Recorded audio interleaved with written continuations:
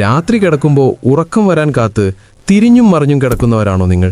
ഒന്ന് പറഞ്ഞാൽ 2 മിനിറ്റിനുള്ളിൽ ഉറങ്ങാൻ പറ്റിയാൽ എങ്ങനെയിരിക്കും? കേൾക്കാൻ തന്നെ ഒന്ന് സുഖമല്ലേ? ഇത് കഥയല്ല, ശരിക്കും പരീക്ഷിച്ച് തെളിയിച്ചൊരു ട്രിക്കാണ്. ലോയിഡ് ബഡ്വിന്റർ എന്നൊരാളുടെ റിലാക്സ് ആൻഡ് വിൻ എന്ന പുസ്തകത്തിൽ പറഞ്ഞൊരു മെത്തേഡ്. സാധാരണ ആളുകൾക്കായി അല്ല ഇത് ആദ്യം ഉണ്ടാക്കിയത്. 2ാം ലോക മഹായുദ്ധകാലത്ത് ഫൈറ്റർ പൈലറ്റുകൾക്കായി. ബോംബ്, ശബ്ദം, ടെൻഷൻ അതൊക്കെയുടെ നടുവിലും ഇവർക്ക് ഉറങ്ങേണ്ടി വന്നിരുന്നു. അവിടെ നിന്നാണ് ഈ ടെക്നിക്ക് വന്നത്.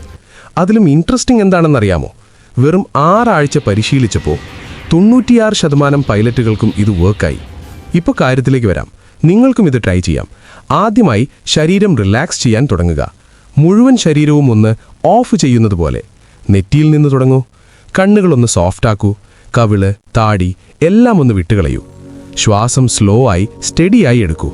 അതിനുശേഷം ശ്രദ്ധ കഴുത്തിലേക്കും തോളിലേക്കും മാറ്റൂ. ദിവസം മുഴുവൻ നമ്മൾ ടെൻഷൻ അടിക്കുന്ന സ്ഥലമാണത്. തോളുകളൊന്ന് താഴ്ത്തിവിടൂ. കൈകൾ ബോഡിയുടെ സൈഡിൽ സുഖമായി വയ്ക്കൂ. വിരലുകൾ വരെ കംപ്ലീറ്റ്ലി ലൂസ്. ഇത് ചെയ്യുമ്പോൾ ഒരു ചെറിയ ഇമാജിനേഷൻ കൂടി ചേർക്കൂ. തലയിൽ നിന്ന് കാലിലേക്കൊക്കെ ഒരു ഇളം ചൂട് സ്ലോലി ഇറങ്ങുന്നത് പോലെ ഫീൽ ചെയ്യൂ. അതൊരു കാം ഫീലിംഗ് ആണ്. ഇപ്പോൾ ബോഡി ഓൾമോസ്റ്റ് റെഡി. ഇനി മൈൻഡ്. ഇവിടെ ട്രിക്കുണ്ട്.